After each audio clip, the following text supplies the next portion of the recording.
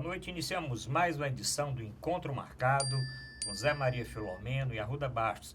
Lembro de início o WhatsApp do programa, nós estamos em Fortaleza, aqui é 85999251122. Comente o programa de hoje, encaminhe sua pergunta.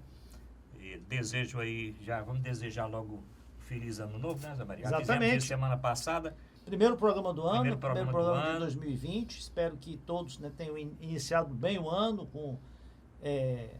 contemplando, né, a passagem do ano com suas famílias, em paz, e desejando muita saúde, prosperidade e sucesso para todos os nossos espectadores, que prometemos aí muito empenho para trazer cada vez mais programas atrativos, né, personalidades como a de hoje, né, que tem muito a contribuir, a transmitir, né, de informações, de conteúdo para vocês que são a razão do nosso programa.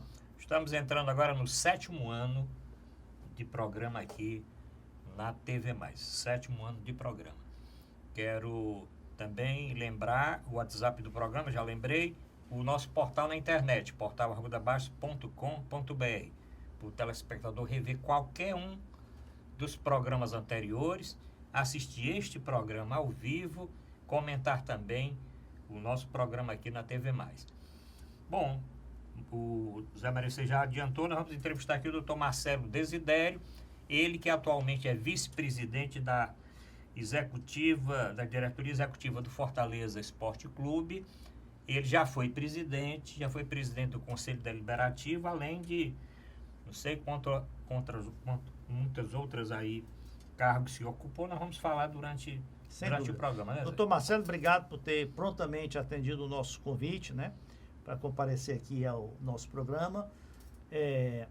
Fala um pouco aí da sua trajetória, onde você nasceu, né, o que seus pais faziam, que lembranças você tem assim da sua infância? Bom, inicialmente, obrigado pelo convite, Filomeno. Arruda, muito obrigado pela oportunidade. Desejar um feliz ano novo, né, a todos os espectadores do programa. Assim, eu costumo dizer que eu sou filho de policial militar. Meu pai, quando eu nasci, era policial militar. E meu pai foi um filho de agricultor lá do Pereiro. Então, saiu realmente do seio de uma família de 18 irmãos. E de policial militar, ele passou para agente da Polícia Federal. E agente da Polícia Federal passou para delegado da Polícia Federal. E terminou a sua carreira como procurador da República. Olha então, só, eu nasci filho de... Uma trajetória muito bonita, né? Filho de policial militar, com muito orgulho, a Polícia Militar do Estado do Ceará. E quando meu pai se aposentou, obviamente terminei como filho de procurador da República. Então, para a gente foi uma honra muito grande de uma pessoa que saiu do interior, se educou graças àquela época que a gente tinha a questão dos seminários, né? Onde os filhos daqueles que tinham menos condições botavam para estudar no seminário. Então a gente cresceu aqui. Você nasceu em Fortaleza? Em Fortaleza. Então, seu pai já morava aqui? Já morava aqui, classe média. Minha mãe é do Ipu. E então, e a gente tem uma relação muito próxima com a cidade de Palmácia, que meu pai, já como policial militar, foi o primeiro. Naquela época a gente tinha os sargentos, né, que eram delegados, né? Então meu pai foi ser delegado em Palmácia e a gente criou um vínculo muito forte com a cidade. Eu passei minha infância, minha adolescência toda lá. Então seu pai foi primeiro policial militar? Primeiro policial militar. A carreira dele iniciou como policial militar. Aí fez concurso para Polícia Federal? O papai tem uma história interessante. Ele trabalhando na Palmácia, 60 quilômetros de Fortaleza, hoje naquela época, 1970, e ele todo dia ele vinha estudar na Faculdade de Direito. Todo dia? Todo dia ele encerrava o expediente, pegava o ônibus na época e vinha. Então, assim, e aí a gente aprende, né, com isso. É uma lição de vida. É uma lição, né, de vida de uma pessoa que saiu, que não tem nada fácil, então a gente aprende um pouco isso da vida da gente. A gente tem que... Você vai construir aquilo que vem do trabalho. Então a gente sempre aprendeu isso muito lá em casa, com meu pai, com a minha mãe. E a gente sempre teve essa proximidade com a cidade de Palmácia e com isso fez a gente também, papai fazia a gente trabalhar na roça. Mas vocês moravam em Palmácia? Não, a gente morava aqui em Fortaleza. Eu era muito pequeno, nós estamos falando de 70, né? E moravam em que bairro? A gente morava ali no bairro de Fátima. Bairro de Sempre, Fátima. praticamente, desde que eu me entendo por gente, moramos ali no E no são bairro de quantos Fátima. filhos? Quantos? Lá em casa nós somos 2 homens e do primeiro casamento 2 homens e 2 mulheres, e do segundo casamento do meu pai eu tenho mais 2 irmãs. Nós Mas estamos você é em- do primeiro. Eu sou do primeiro casamento, sou o mais velho da família. Pereiro não é a terra daquele do ex-deputado. Tem muita gente de Pereira. Tem muita gente do Pereira. Eu acho que aquele professor Moraes, eu acho que ele era de Pereira. Tem muita... Tem Mas me muita- diga uma coisa, então seu pai nasceu em Pereiro. Meu pai nasceu em Pereira, minha mãe nasceu no Ipu. E o que é que seu avô fazia lá? Seus Meu avô era avós? agricultor. Meu avô era da agricultura, minha avó também, eram 2 pessoas assim Aí de seu pai poucas viveu letras. até que idade lá em Pereiro? Acredito que o papai, por volta a 16 anos, ele foi para o seminário em Limoeiro. Limoeiro. Seminário em Limoeiro, para justamente ter, Estudar. graças à madrinha dele, para ele ter uma formação. Uhum. E depois, obviamente, veio para a cidade, quando conheceu a minha mãe, e Sua mãe aqui em já Fortaleza? aqui em Fortaleza, E a sua escolaridade? Começou os estudos aonde? Bom, eu morava no bairro de Fátima, eu comecei no colégio São Tomás de Aquino. São Tomás de Aquino. Ali, inicialmente no Parque das Crianças, né? Sim. Ali na Alba Frota, se não me engano, eu acho que não sei, hoje ainda é o mesmo. E São Tomás de Aquino. Só que como operário da Polícia Federal, a gente viajava muito. Então, eu morei em Manaus, Ah, sim. Brasília, Ah, Cuiabá. Então, você viaja muito, né? O policial federal, ele viaja muito. A gente viajou muito. Até que quando ele veio de Brasília para cá, já procurador, transferido para cá, nos anos 80, a gente realmente... Então, se assim, firmou aqui. ensino fundamental, ensino médio, Foi que é o muito- antigo científico, você eu pulou muito de escola em escola. pulei muito de escola no fundamental, né? Quando nós retornamos aqui para Fortaleza nos anos 80, aí eu fui para Santa Cecília, Santa Cecília. onde eu terminei o ensino fundamental, entrei no médio e de lá eu fui para a faculdade. Né?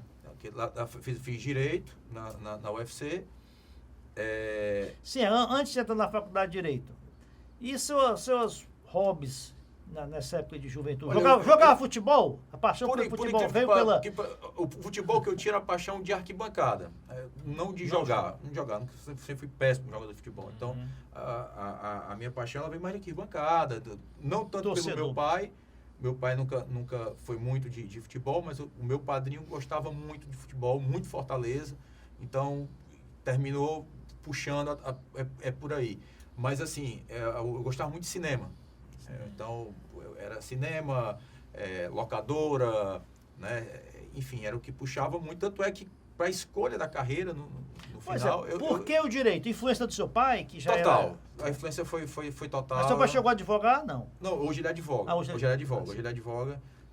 Já tá com A influência- 73 anos, 74 Como é o nome anos. dele? Advoga. João Desidério.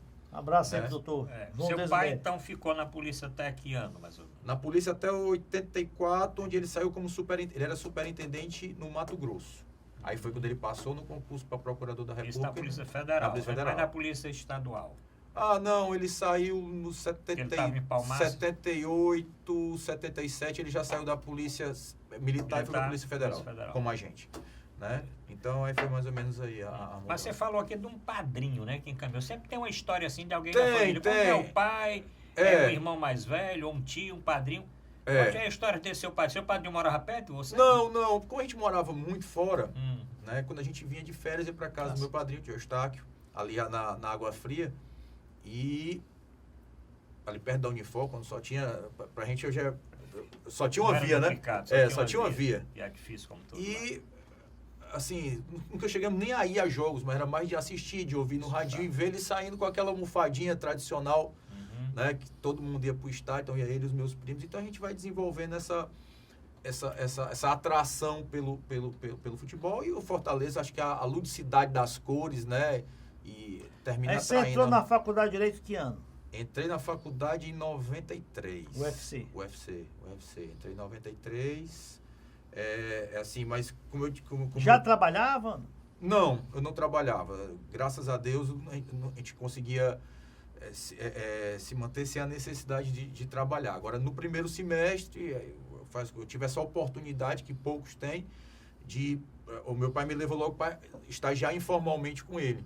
Ah, sim. Então, aí você aprende muito, né? A gente às vezes pensa que... Já na procuradoria? Já na procuradoria, mas só, como diz o outro, escorado aqui, vai aprendendo, vai vendo o que é um inquérito, o que é um mandado de segurança, e, bem ou mal, uma oportunidade que a gente só começa a ter lá por metade do curso, eu tive no início.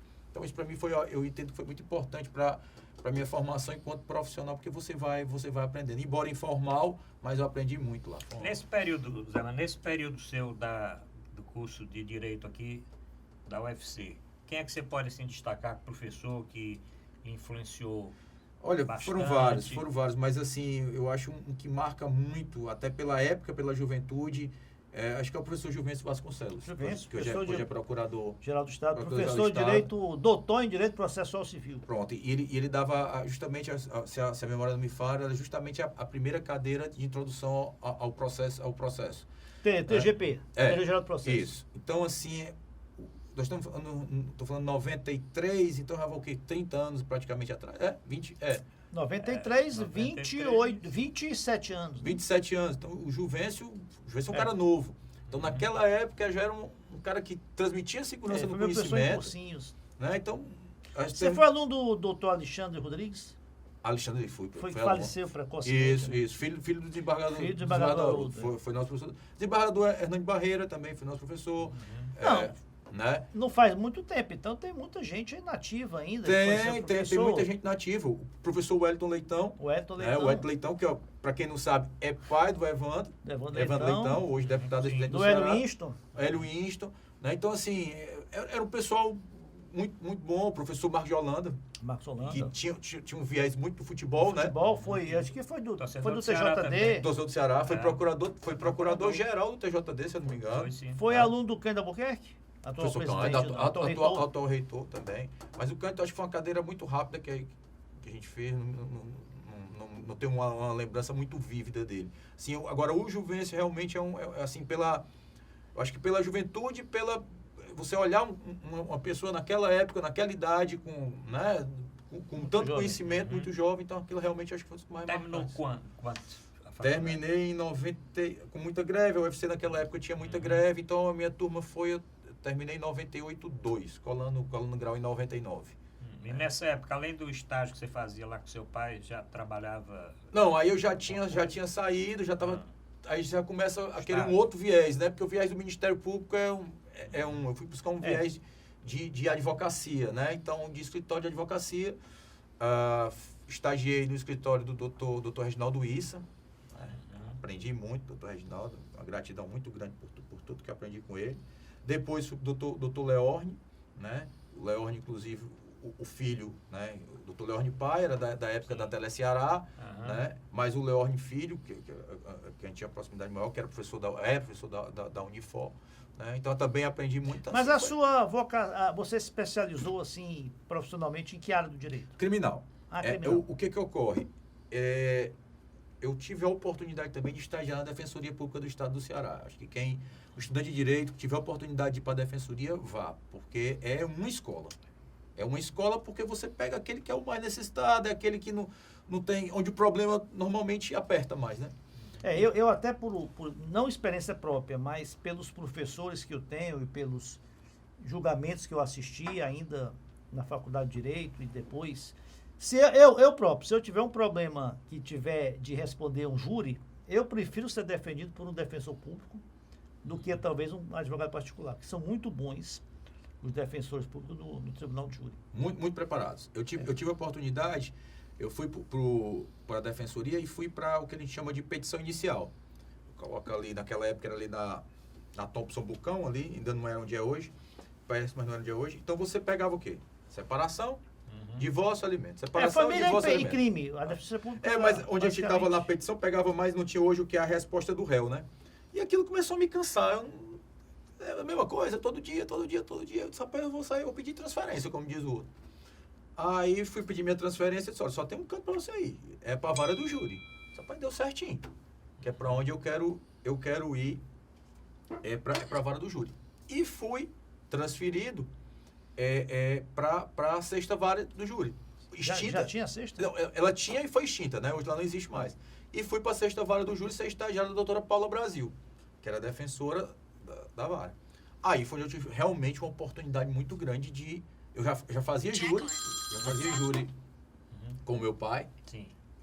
No interior, ele era daquele concurso antigo que permitia advogar. Então ele fazia fazia uns júris dativos. E eu tinha essa oportunidade. e gostava muito. E foi com a doutora Paula que abriu todos os caminhos, onde aí sim, aí tive a oportunidade de conhecer grandes promotores, doutor Huberto Biapina, doutor Ricardo Machado, depois veio a ser procurador-geral, né, da Justiça. Bom, aí aprendi. Aí é outra escola, aí você realmente aprende, e é onde você vê um pouco da vulnerabilidade humana. Né? Às vezes você pega determinados júris que você vê, pô, podia ser eu. Porque às vezes tem muita gente que pensa que... Eu queria até homenagear, destacar que eu falei na questão dos defensores públicos que são muito competentes na vara do júri. Destacar um ex-professor meu, Dr. Gelson de Azevedo Rosa, foi meu professor de Direito Penal, grande tribuno, né, no júri. Você chegou na Procuradoria da República, quando você estagiou, pegar ainda o doutor Fávila? Não, doutor Fávila não. Doutor Oscar, que nessa época era um garoto, Oscar Costa Filho era um garoto. Doutor Macedo. Que veio a falecer depois. Doutor Meton, que foi procurador eleitoral e era primo do meu pai, primo do meu pai. Primo do meu pai. Então, assim, conheci esse pessoal, mas ainda muito distante, porque o meu estágio, além de informal, eu era muito jovem ainda, no tempo do próprio conhecimento jurídico para qualquer tipo de interação. Sim, então você passou por esses escritórios, você falou todos, chegou então a se associar com algum desses escritórios ou botou o seu próprio escritório? Fiquei trabalhando. Quando eu me formei, eu montei o meu escritório com a cara e com a coragem. E não aventou em fazer concurso público? Não, porque assim, eu sempre tive um chamado muito grande para advocacia. Assim, fui filho de funcionário público a vida todinha, né? Mas assim, o chamado para advocacia, às vezes eu acho, eu tenho por ser filho de policial, né, filho de Ministério Público, eu tenho uma visão muito voltada, parece que o contrário, para a advocacia. No sentido de ter um viés mais de defender do que de acusar. Então, aí terminei optando pela advocacia, muito pela área criminal, que me levou para a área de crimes públicos, né, crimes contra a administração pública, que é hoje mais ou menos onde eu milito. Né? E, claro, terminando crimes eleitorais, direito eleitoral, então muito mais nessa área ligada realmente à advocacia criminal, que vem da... Bom, vamos fazer nosso primeiro intervalo. Olha, o torcedor aí de futebol, o torcedor do Fortaleza tem muita coisa, e o Marcelo Desidério aqui vai falar alguma coisa a respeito das últimas contratações. Então, guarde um pouquinho no segundo e no terceiro bloco. Voltamos já.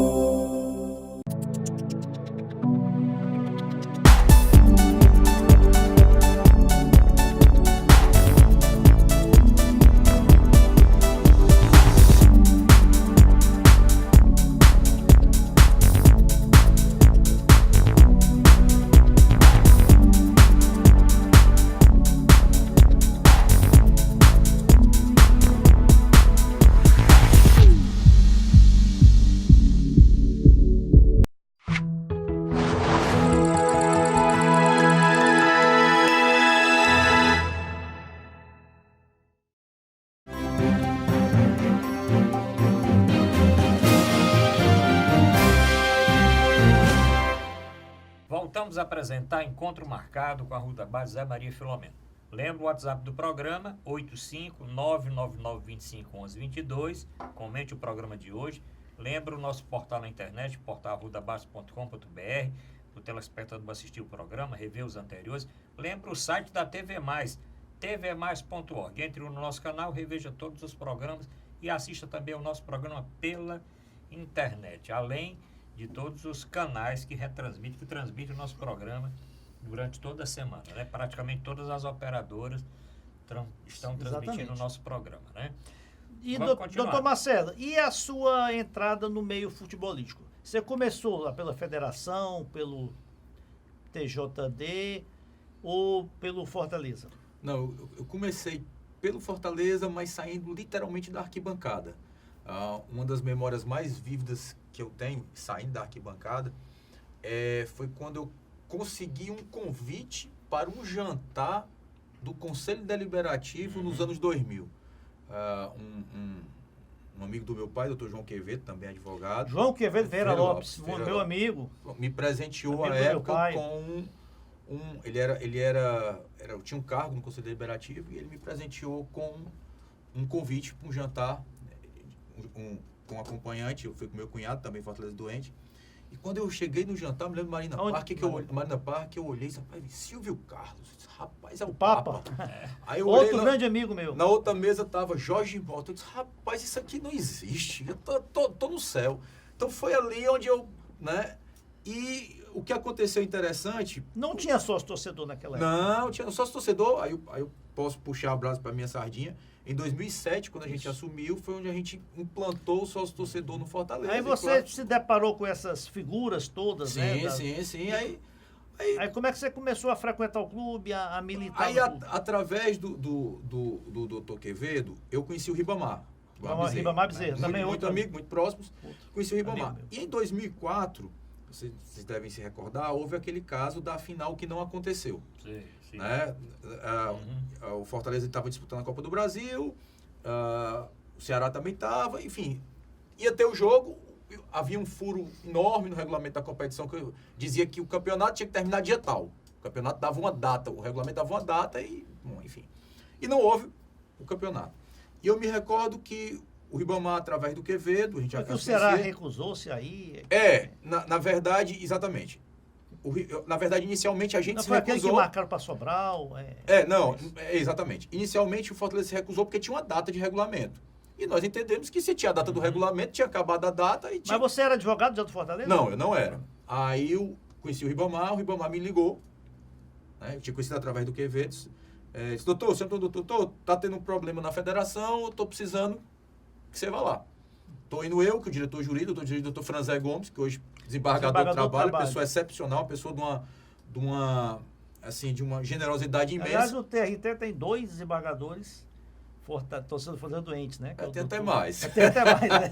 Mas 2 que eu conheço. Né? Aí o que ocorre? Então eu fui para a reunião na federação, eu conheci outra figura, Fares Cândido Lopes. Você só conhecia o Fares por ouvir falar, né? Aquela salinha, aquele mocó que chama o Zé Maria, deve lembrar ali embaixo, era o mocó que o pessoal chamava. Então estava o Fares lá na mesa, o Fares disse que o jogo ia ter, porque tá aquela história toda. No final terminou não tendo, porque o Fortaleza estava de acordo com o regulamento, não teve. Passou o ano todo, o Fortaleza jogou 2000, nós estamos em 2004, jogamos Série B, o Ceará, viemos a subir no final do ano, o Ceará também jogou Série B. Quando chegou no final do ano que nós tivemos o acesso, eu cheguei para o Ribamar e disse, presidente, é o seguinte, eu matar naquela de assumir a presidência, vamos entrar com uma ação no STJD para que tenha a final. Acho que já passou tudo, né? Acho que tem que ter essa final, não pode ficar o título em aberto. E nós entramos com uma ação. Realmente eu não me recordo qual foi ainda foi na redação antiga do CBJD, estava CBDF ainda, e entramos com a ação no STJD. E me recordo como se fosse hoje, o presidente é Luiz Sveiter ainda.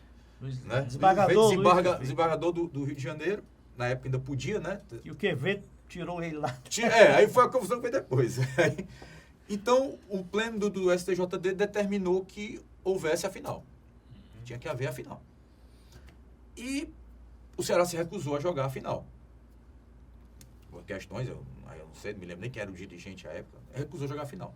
Descumpriu aí uma decisão do STJD. Aí nós entramos com uma nova ação no STJD, por conta do descumprimento. Mas é você que... Eu que estava à frente. Eu era advogado, juntamente com o doutor Franzé, claro, mas as peças da parte esportiva foi eu que fiz.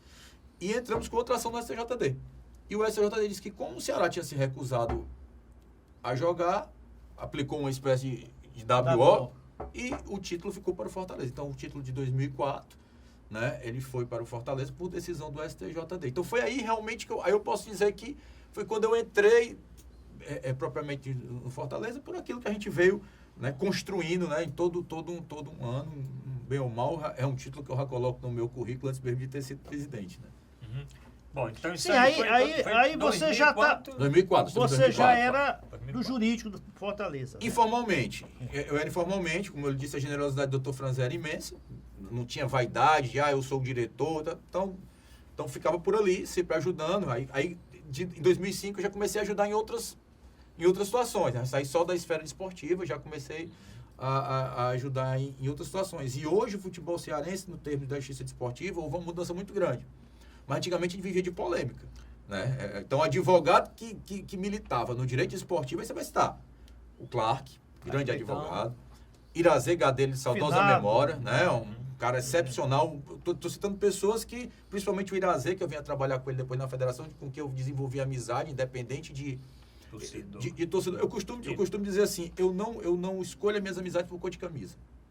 É óbvio que eu vou ter uma proximidade maior com pessoas que o Irazé Gadelha, para o público que não é mais familiarizado com o futebol, né?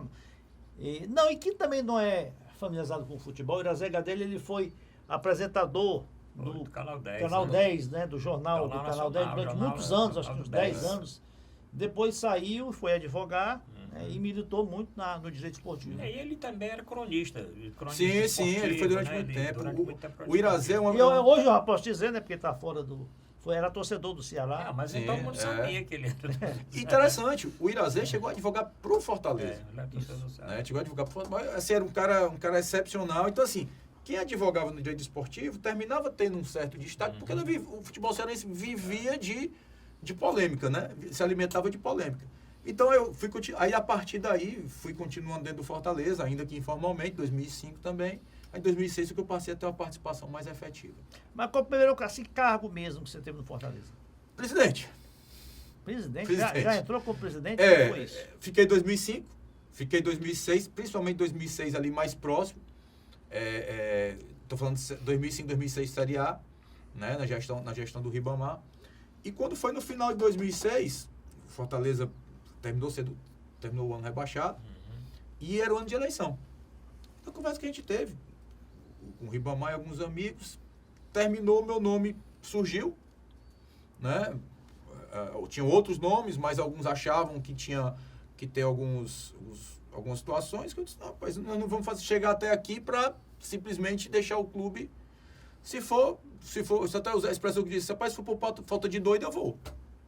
Então, realmente foi aí que eu terminei. Foi um mandato tampão, assim? Não, foi eleição. Foi eleição. Você foi eleito presidente? Fui eleito presidente de Fortaleza. Isso que ano?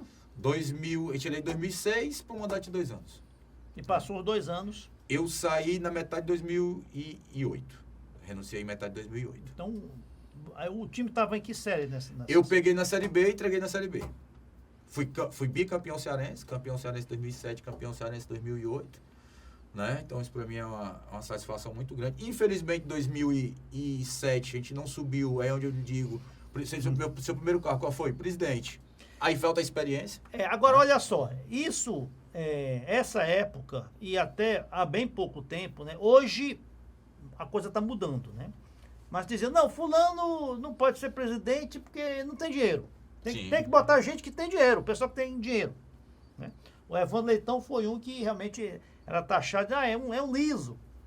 E fez uma grande gestão à frente do Ceará, revolucionou administrativamente o Ceará, mas até bem pouco tempo tinha-se isso. Olha, para assumir tem que ser alguém com dinheiro. Sim. Você sofreu isso? Porque dinheiro eu sei que você não... Total. Aí foi justamente onde a gente teve, não a ideia, porque ninguém inventa a roda, do sócio-torcedor.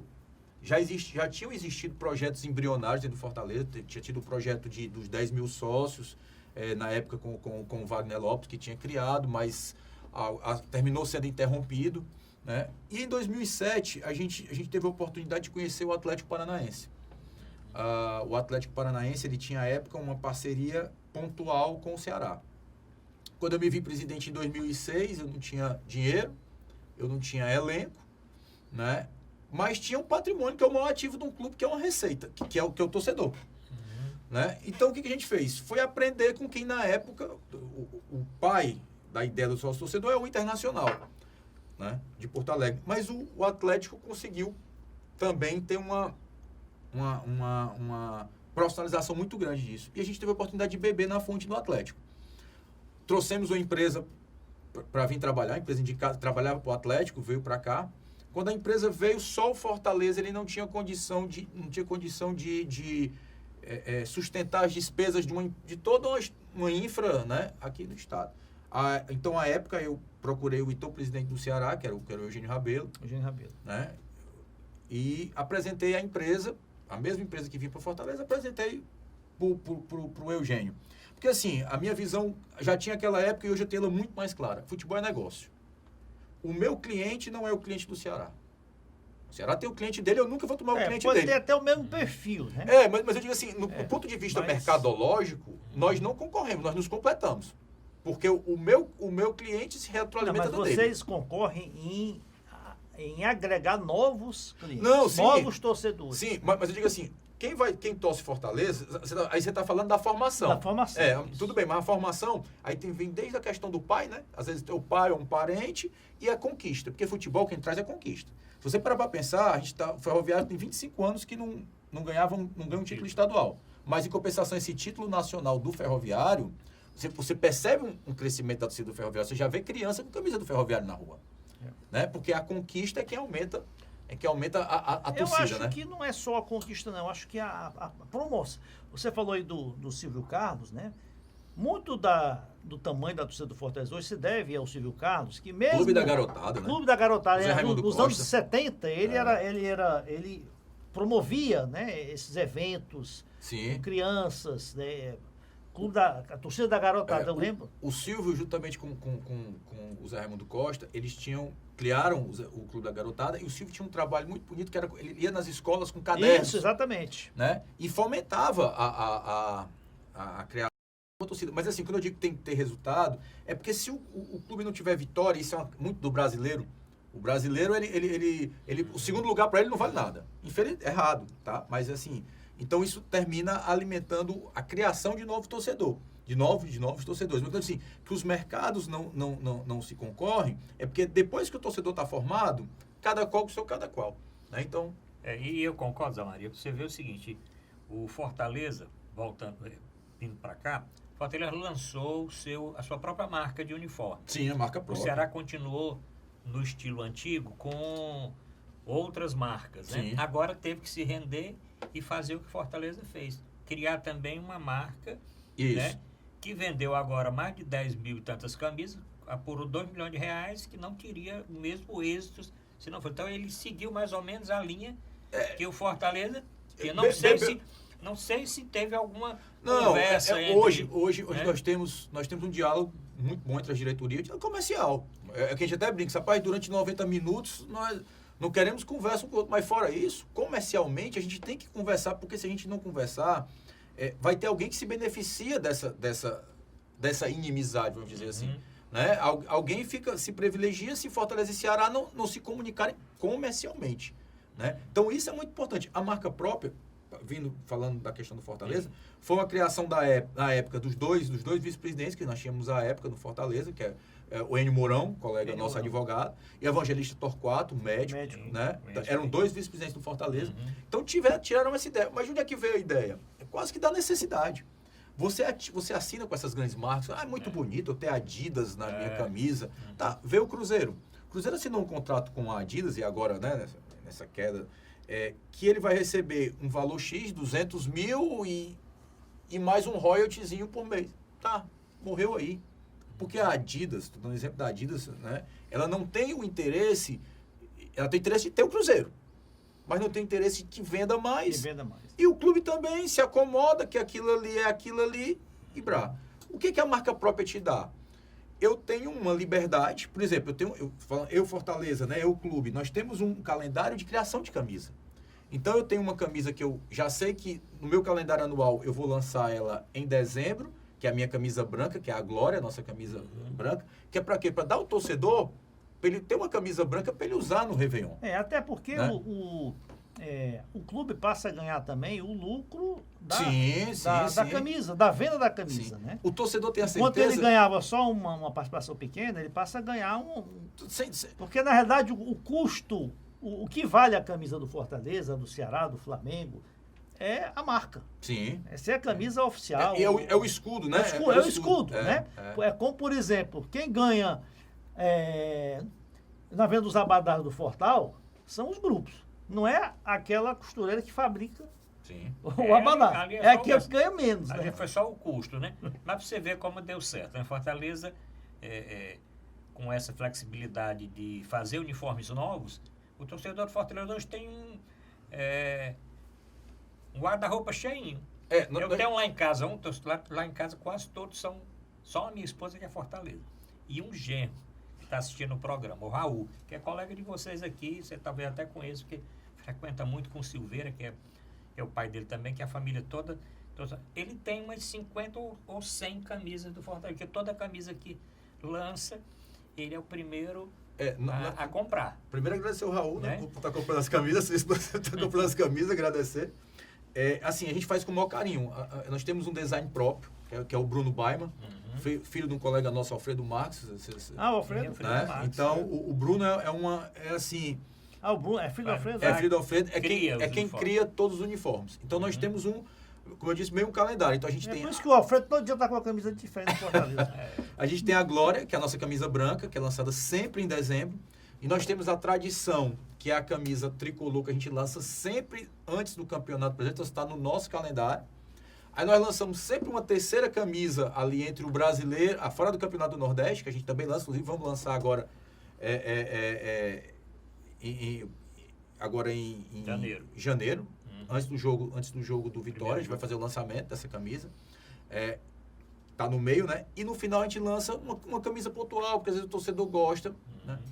E temos também a flexibilidade de ter camisas que a gente chama para campanhas sociais. Por exemplo, nós temos uma campanha que já é tradicional nossa, que é a do Outubro Rosa. Agora, tem o outro lado, né? Você está falando do lado positivo de ter a marca própria, tem o lado negativo. Como é que você combate a pirataria? Olha, a gente encontrou, através do nosso diretor de planejamento, que é o Estênio Gonçalves, também colega nosso, o pessoal até advogado, né? Porque Muito advogado. Nós criamos a camisa pop. O que é a camisa pop? Foi feito todo um estudo de pesquisa de campo do que leva o torcedor a ir para a pirataria. Não raras vezes é porque ele não tem a condição de comprar uma camisa oficial. Né? Então, o que nós fizemos? Nós criamos uma camisa oficial popular. É a camisa pop. Ela é o quê? Ela tem tudo que a outra tem, né? Só que é num patamar menor. Por exemplo, a camisa oficial de jogo, o escudo, ela é bordado. Na camisa pop, ela é sublimada. Ela é aplicada. Enfim, ela é uma camisa que a gente chegou num custo, que ela chega para o torcedor, se eu não me engano, foi a R$50. Tá? E esse ano nós criamos a seguinte campanha. Detalhe, só vem no estádio. Camisa pop você não encontra em loja. Tem que ir para o estádio para comprar. Inclusive, eu vi, através da imprensa, não sei se o Fortaleza ou se o Ceará, que está iniciando agora com a marca própria, também está fazendo isso. O Fortaleza está cadastrando até os ambulantes. Sim, né? Para vender justamente as camisas, a camisa pop. Né? Então, o que acontece? Ele só compra no estádio, o ambulante se cadastra, compra da gente, né? E pode vender no estádio, no varal, e ele fica credenciado, a gente credencia ele, né? Para o torcedor ter essa oportunidade. E afora isso, nós também no estádio, com um projeto que a gente tem, que é o Leão 100, né? Que é um projeto que apoia as obras do Centro de Excelência. O que a gente faz? Se o torcedor levar a camisa pirata que ele tem, ele vai ter um desconto de R$15 na compra da camisa pop. A camisa vai sair para ele por R$35. Né? Então, assim, esse combate à pirataria a gente tem feito dessa forma com a camisa pop, dando ao torcedor... E parece que as camisas piratas são usadas para fazer um bandeirão, Não, né? Nós vamos fazer um bandeirão. Justamente nós estamos nesse processo de construção desse bandeirão, que vai ser algo relacionado também ao combate à pirataria. Então, assim... A marca própria te dá essa flexibilidade. Nunca que eu conseguiria convencer uma marca do tamanho de uma Adidas, de uma Umbro, de uma Puma, a fazer uma camisa popular para atender ao público. Né? Bom, vamos fazer agora o nosso segundo intervalo. Voltamos no último bloco. Olha que o nosso Marcelo Desidério vai falar a respeito de contratações. Espera um pouquinho, voltamos já.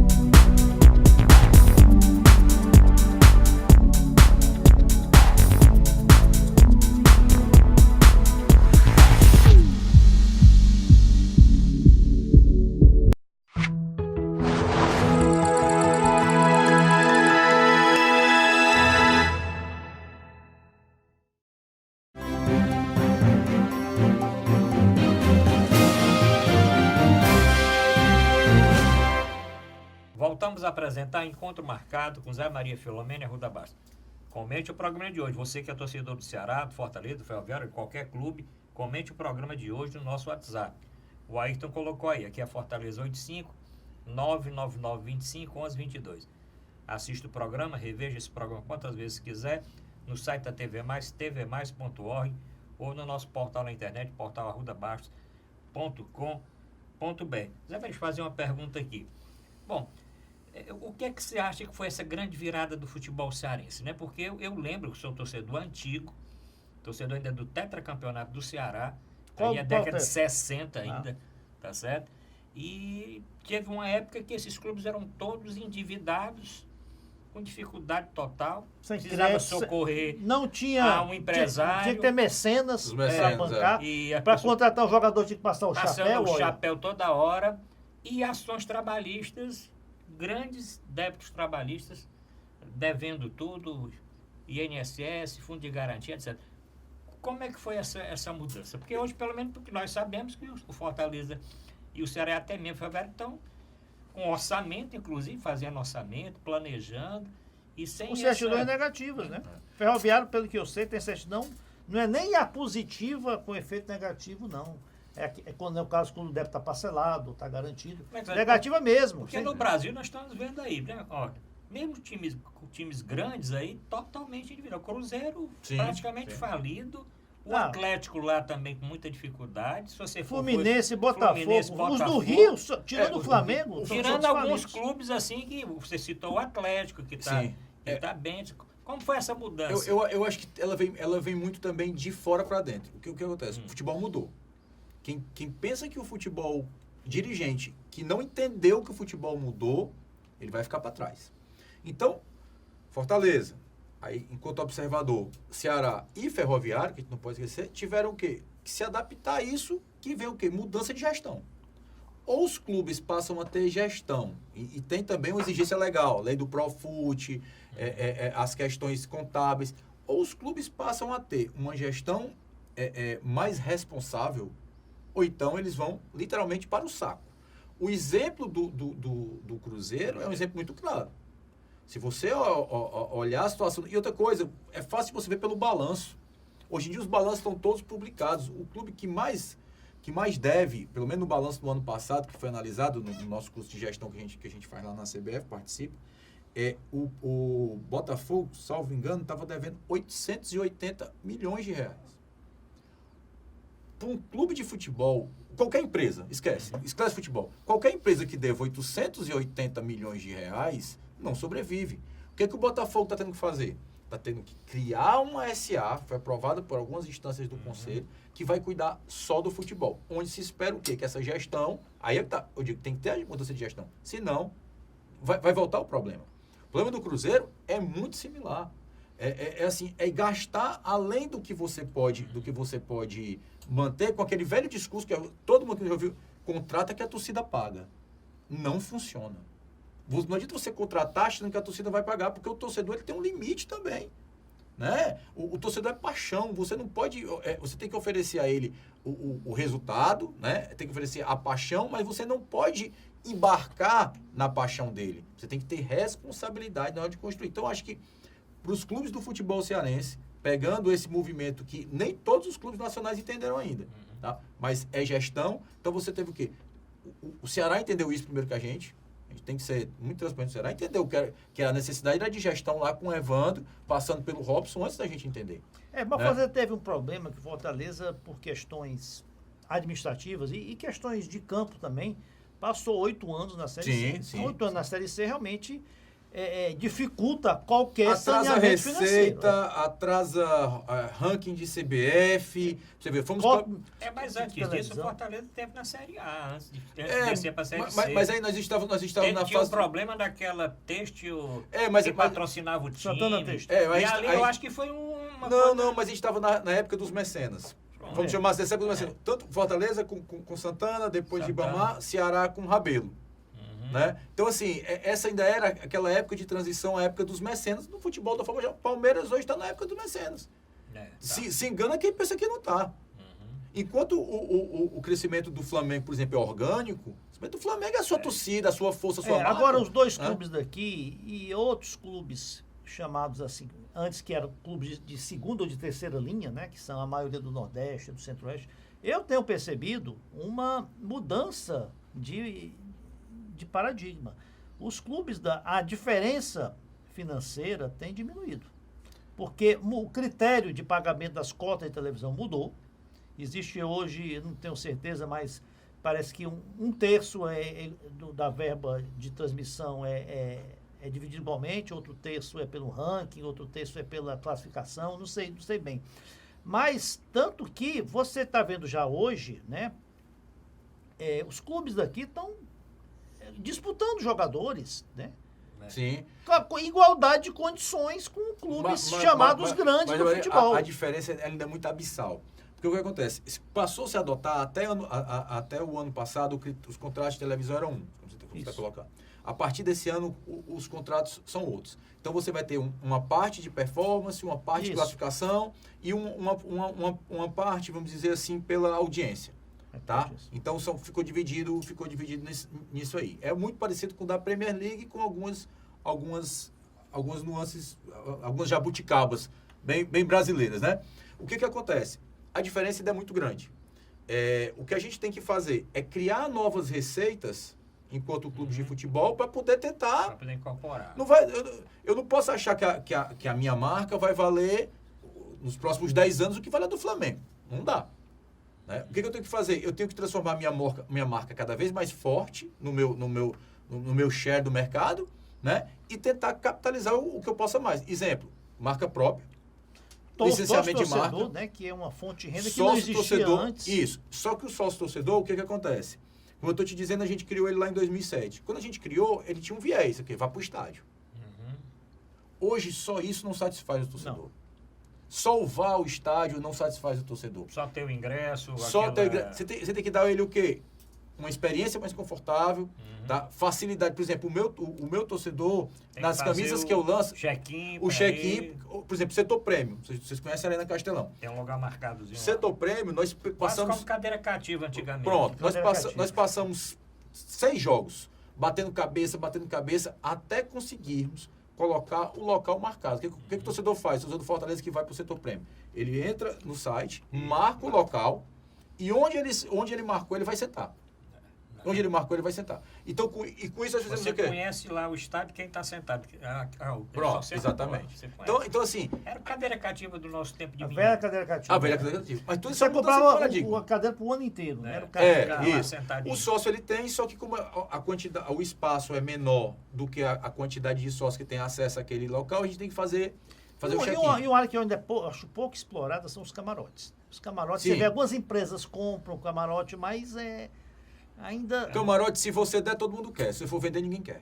A realidade, infelizmente, agora, é essa. Marcelo, o seguinte, lá no STJD, na Justiça Esportiva, a gente tem se deparado muito com casos, e isso, a legislação trabalhista, os regulamentos, até da FIFA, tem sido muito radicais no sentido de coibir racismo, homofobia, né? Violência dentro do estádio. Então, para Fortaleza e o Ceará foram apenados recentemente tumulto, violência com agressão dentro do estádio, né? Eu tenho visto alguns clubes, não vi os daqui de uma forma mais sensível a fazer, mas o Bahia faz campanhas institucionais, né, condenando o racismo, a homofobia, a paz no estádio, né? Então, conscientizando o torcedor de não entrar em provocação, não fazer arruaça, porque isso realmente prejudica o clube. O torcedor é considerado uma extensão do clube e vai acabar de uma forma ou de outra dando algum prejuízo ao clube, seja financeiro, seja de perda de mando de campo. O que o Fortaleza tem feito nesse sentido? Olha, nós temos uma campanha permanente, com certeza você sabe, a Procuradoria do STJD, se não me engano, há 4, 5 meses, ela expediu uma recomendação, né, das posturas que os clubes deveriam ter. Desde essa recomendação, a gente já tinha algo, mas muito incipiente, tem que ser muito transparente, mas desde essa recomendação nós passamos a ter permanente no estádio, nos telões, a gente mandou fazer um vídeo institucional, tá? Falando contra a homofobia, falando contra a violência contra a comunidade LGBT, tá? E dos nossos press kits, nós fazemos, cada jogo, nós fazemos 6.000 press kits, que a gente distribui na Premium e na Bossa Nova, que são os setores que tem mais... O torcedor é um torcedor que está mais tranquilo ali no estádio. Dos outros setores, o torcedor é mais agitado, né? Então, Premium, Bossa Nova e Especial. Então, a gente distribui press kits e todos os nossos press kits têm uma campanha impressa também contra, né, a homofobia, contra a violência, contra o racismo. Então, a gente procura fazer esse trabalho para tentar conscientizar, né, o torcedor. Não é fácil, nós temos uma sociedade muito heterogênea, muito dividida em todos os aspectos, então não é fácil, mas a gente tem procurado fazer isso aí. A gente tem um entendimento enquanto clube, inclusive tivemos um julgamento recente agora no STJD no Pleno, que você punir o clube às vezes é o mais fácil, né? Por isso que a questão do setor prêmio de marcar o assento é porque logo nós vamos sabendo quem está sentado ali, nós vamos começar a responsabilizar. Quem quebrou. Tanto é que quem arremessa o objeto, esse a gente consegue pegar. A gente consegue pegar e faz o BO, né? Para poder ser mais fácil identificar. Mas a gente quer logo também poder pegar que faz esse tipo de manifestação. Porque senão o clube vai ser punido. E outra, está se proliferando pelo mundo. Vê o futebol italiano. O futebol italiano está uma loucura. Toda semana tem um caso de racismo. Né? Então assim, agora punir o clube, às vezes termina sendo o caminho mais fácil. O que o clube tem que fazer é assim, olha, eu acho que é muito como um arremesso de campo. Se você não pegar quem fez, nós vamos te punir. E o jogador? Eu vejo muito jogador sendo punido. Uma coisa que eu não consigo entender. O jogador faz gol, tira a camisa. Sabe que vai levar um cartão. É um cartão bobo, besta. Né? O que jogador... Porque quem está só torcendo não vê, mas a gente que está lá na justiça te vê. O que jogador xinga o juiz, xinga árbitro. Né? É uma questão de autocontrole. Né? Então tem que ter um treinamento, uma recebe conscientização. cartão de graça e aquele depois vai gerar uma penação punição. e uma multa. Num jogo, às vezes, importante. A gente tenta ao máximo, às vezes, Eu conscientizar tô falando o do time atleta. daqui não, você viu? Agora até na final do campeonato. Campeonato Mundial, o jogador livre, o Firmino do Liverpool foi e tirou a camisa. É porque futebol é Eu muito... acho que ele quis tirar, mas não tirou. Ele levantou, Não, mas tirou. eu acho que ele tirou. Não, mas na hora do gol não tirou, não. Futebol é muito paixão. Ele quis tirar e baixou. E o próprio jogador também, às vezes, ele se envolve, não tem como não se envolver, tá ali dentro, às vezes, circunstância de campo, assim, a gente às vezes tem a oportunidade de ver um jogo assim mais de perto, então tem aquele natural de um racha, uma provocação daqui, né, aquela coisa do jogo, os jogadores mesmo entre eles discutem, é natural, então assim, mas a gente tenta. É a mesma coisa de atraso de jogo, sabe? Então a gente vai tentando, mas tem coisas que não dá pra gente conciliar, infelizmente. E essa da camisa, pra mim, é das mais infantis que você possa... Bom, mas estamos chegando quase ao final, nós temos que falar dos campeonatos que Fortaleza vai participar esse ano, né? Fortaleza começa agora a Copa do Nordeste, Sim. Depois começa a Copa Sul-Americana, Sul-Americana, Copa do Brasil, Só depois, né? Entra nas e o oitavas. Campeonato Brasileiro. Como é que está a Fortaleza para esse ano? E o Cearense. O Cearense começa E agora. a Fares Lopes também no segundo semestre. A Fares Lopes a gente disputa assim mais como uma forma de tanto eu digo nós, Fortaleza, Ceará, mais para prestigiar a federação, porque se tirar a Fortaleza e Ceará da competição, esvazia. Nós estamos falando dos campeonatos profissionais masculinos, mas tem o sub-21, Sim, categoria de base, tem todo. Mas tem a Copa São Paulo Júnior, né? Que começa nós estamos jogando, inclusive, ganhando houve já o primeiro jogo que houve, nós ganhamos. Né? Então, enfim. Mas os jogos do profissional, para a gente, é muito satisfatório você estar disputando competições importantes. Até 5 anos atrás, 6 anos atrás, o Campeonato Cearense era o único e importantíssimo. É importante, eu acho que os regionais têm sua importância, ninguém pode dizer que não tem.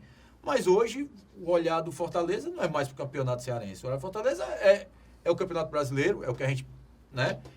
Agora a competição internacional sul-americana, é a Copa do Brasil, segundo ano consecutivo nós vamos entrar nas oitavas de final. Né? Então, assim, mudou um pouco, acho que veio um pouco dessa mudança de patamar do futebol cearense e obviamente, do Fortaleza. Então, a gente vê com muita alegria, nosso torcedor tá muito satisfeito. Agora, a gente sabe, quanto maior... Mas estão começando a reclamar porque não tem contratação. Mas torcedor é paixão. O torcedor, ele realmente... Ele tem realmente está precisando contratar? Não, nós temos uma espinha dorsal, que a gente costuma dizer, né? A gente ficamos com uma base muito boa do time de 2019, 20 atletas aproximadamente, mas a gente sabe o que é contratar. Né? O primeiro passo para a gente querer fazer um grande ano foi a manutenção do Rogério. Né? Quando a gente investiu para manter o Rogério e quando o Rogério acreditou no projeto que o Fortaleza apresentou para ele por mais um ano, mostra que a gente está disposto a trabalhar. E ele ficou muito mais pelo projeto, pelo ambiente de trabalho, pela confiança que o clube ia disponibilizar condições para, né, ter um bom desempenho esse ano, né, do que pelo lado financeiro. Não, o Rogério é um profissional excepcional. Ele é um profundo entendedor de futebol, embora seja um treinador em início de carreira, a gente não pode dizer, mas é um cara que tem conhecimento de futebol, é um cara que vê o futebol de uma forma moderna, né? E assim, consegue tirar do jogador o melhor. Eu acho que o mais importante é tirar do jogador o melhor, e isso ele consegue. Agora é um cara firme, é um cara que cobra quando tem de cobrar do jogador, né? Agora é o cara que sabe reconhecer o mérito do jogador. Então, assim, pegando esse ano, o que a gente planejou para esse ano, a gente entende a ansiedade do torcedor, mas é importante ele compreender que... Não, a responsabilidade de vocês é maior porque vocês tiveram um ano, acho que nem o mais fanático torcedor do Fortaleza imaginava que esse ano. A gente, assim... Esse ano, 2019, foi um ano aí para... Se em 2018... Ficar para a história. Que nós fomos campeões nacionais. Você dissesse que em 2019 ia ser o que foi, você disse, rapaz, não, 2018 já foi bom, né? Mas então a gente espera também que 2020 seja melhor ainda, que a gente consiga avançar cada vez mais nas competições. Né? Ano passado, campeão do Nordeste, campeão brasileiro no ano anterior, campeão cearense. Então, tudo isso pra gente é algo que ajuda a gente ter a expectativa de um ano melhor. A gente sabe que os desafios são maiores. A expectativa do torcedor vai ser maior, a cobrança vai ser maior, mas a gente está preparado para tentar entregar um trabalho melhor. Qual o grande prejuízo aí de jogador que teve que sair? Tem 8 jogadores saíram, não é isso? Foi o quê? O Edinho? Como que foi? Talvez dos que saíram assim efetivamente, o Edinho tenha sido o maior porque ele tem um vínculo dele com o Atlético Mineiro.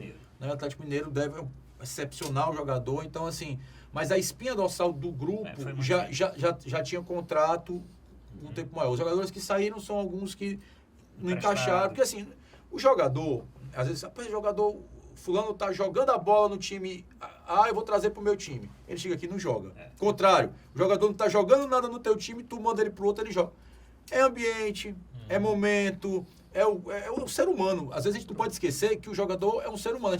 Nós advogados, nós chegamos, tem dia que a gente não tá bem. Não tá bem. Você vai pra audiência e você não tá bem. Então o cara vai pro jogo e ele não tá bem. O juiz também tem dia que o juiz tem dia que não tá bem. Então assim, e às vezes não dá. Às vezes não encaixa e tal. Então, não quer dizer que o jogador seja ruim. Então, alguns que não ficaram é porque não encaixou. Podia ter encaixado, não encaixou. Entendeu? Então, assim, é muito isso. Agora, a gente tem a ansiedade do torcedor, é a pergunta que a gente mais escuta, mas, assim, um pouco de paciência, a gente tem certeza que vai entregar um elenco mais competitivo. Não vai ser de início, porque não adianta você contratar com assodamento, porque você vai ter uma conta para pagar no final. Gestão. É que a gente falou, gestão. E também não adianta ter que ser racional, né? Sim. Pela emoção. Sim. Vamos agora pro Pinga Fogo. Vamos pro Pinga Fogo, faltando aí 2 minutinhos pro final do nosso água. Programa. Beba água, que é um Pinga Fogo, mas Pinga Fogo light aqui. Vamos falar do Pinga Fogo de futebol, futebol, né? Também. Qual o melhor jogador que você viu jogar? Que você viu jogar. Pronto. Seu ídolo como jogador? Clodoaldo. Um grande jogador. Clodoaldo. Treinador. Treinador que você admira mais? Treinador que eu admiro mais, se eu dissesse o Rogério estaria sendo casuísta pelo momento, né? Pelo momento. Pode ser todos os tempos, mas Fernando Teixeira. Eu acho pelo que representou no momento, pelo que... Né, eu acho que Fernando Teixeira. Você gosta muito de cinema, né? Um filme preferido do Marcelo Desidério? Poderoso Chefão. Qual? O 1? O 1. Trilogia sempre o primeiro é o melhor. Embora o 2 seja muito bom, mas o 1 é o melhor. Godfather. Um livro assim que você tem. Eu gosto muito de biografia. Eu acho que a trilogia do Getúlio, né, do Lira Neto, eu acho que é assim, muito bom. Dos atuais, porque você passa pela história do Brasil, que é cíclica, né? Toda a história ela é cíclica. Então acho que Getúlio, esse livro, a trilogia, eu acho que é... Um time do Fortaleza que lhe marcou o resto da vida. Eu acho que escale um time aí do Fortaleza de eu sou ruim de nome. Aí você lembra, é goleiro. O goleiro, pra mim, aí você casuísta. Eu acho que o Boeck. Acho que o Boeck, pelo que ele representou... Mas não é nem titular? Não é agora. É porque o futebol, a memória é... Mas o que o Boeck representou pra gente, principalmente 2017. A gente vinha de um... Sabe? E o Lulinha? Fase muito boa. O Lulinha eu vi pouco jogar, como... Né? O Lulinha eu vi mais. Grande jogador. Mas assim, eu digo Boeck pelo que ele representou naquele momento, sabe? Lateral direito, rapidinho aí. Chiquinho. Você não viu o Louro jogar? Não, vi não. Eu sou Louro. Mas também você tá contando só da década de 60 e 70. É, porque que eu vi, né? Que eu acho... Eu vou muito pra esse time do Ferdinando. Pedro Basílio, não zaga, dupla de zaga. Carneiro, não formar o time da... Dupla de zaga. Ih, rapaz, agora você me apertou. Eu sou ruim de nome de jogador. Se botar pra escalar, aí não pinga fogo, não. É nem na posição, não, assim, um zagueiro que você... Ronaldo Angelim. Embora Ronaldo Angelim se mostrou, terminou mais torcedor do Flamengo, mas estou falando do profissional, não estou falando do torcedor, né? Então eu acho que o Ronaldo Angelim quem viu o Ronaldo Angelim jogar meio de campo aí, um jogador de meio de campo que você... Faz meio de já campo. falou o Clodoaldo aí como atacante. Meio atacante. Meio de campo, agora você me apertou sem me abraçar. Acho que talvez o Fortaleza bem antigo aí, né? Aí você vai pro quadrado de ouro e tal, aí eu não vi jogar. Só sei por... aí eu só sei por ouvir falar. Não, realmente, eu não vi jogar. Então não teria como... Presidente Marcelo Paes, como é que você descreve ele? Cara, o Paes é um amigo, é um cara muito tranquilo. Né? É um cara muito tranquilo. Então é uma satisfação muito grande trabalhar com ele. A gente já tinha trabalhado junto com o Eduardo, né? E a gente tem trabalhado... Eduardo Girão, certo? O Eduardo Girão, o senador. Né? Então, e a gente já trabalhou os três juntos. Hoje os três somos o Paes, o Rolim, que é o nosso segundo vice-presidente, e eu. Então a gente trabalha sempre nessa sintonia. Então trabalhar com o Paes é muito bom, é muito tranquilo. Dialogamos bem, né?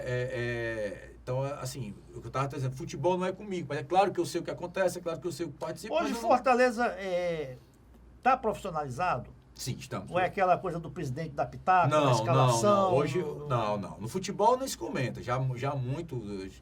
Vou falar de quando... Esse meu retorno à executiva, do Eduardo para cá. Então, a gente nunca teve... Claro que você tem um diálogo. Né? Claro que você tem uma reunião com a comissão. Com qualquer empresa. Tu cobra do teu setor subordinado os resultados e senta para entender. Então, isso existe.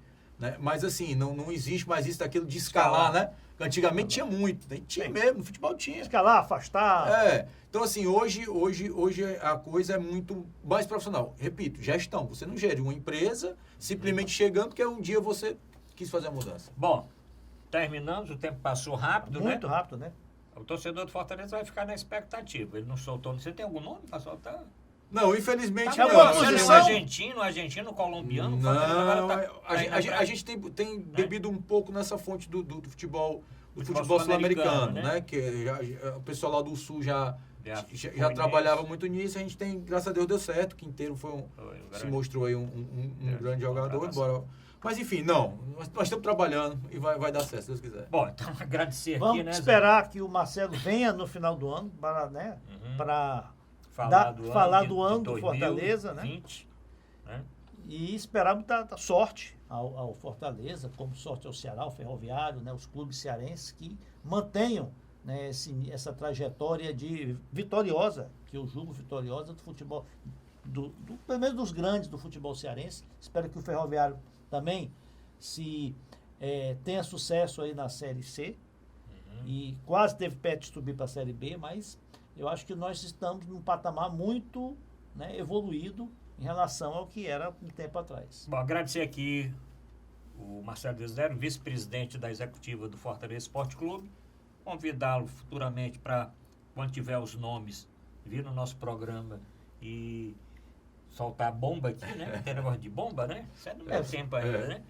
Mas agradecer, foi muito bom o papo aqui, foi muito agradável. Eu agradeço a vocês pela oportunidade, pelo espaço, e pelo papo descontraído, a gente poder falar um pouco, ter a oportunidade de falar um pouco da vida da gente, daquilo que a gente pensa um pouco sobre futebol e sobre a vida. Só tenho a agradecer. Foi muito bom. Agradecer principalmente o nosso telespectador que ficou até o momento assistindo o nosso programa. Comente o programa de hoje. Você tem aí o nosso WhatsApp, que é Fortaleza 85 99925 1122. Comente no nosso portal na internet, portal.arrudabaço.com.br, no site da TV Mais, tvmais.org. Obrigado a todos e até a próxima semana.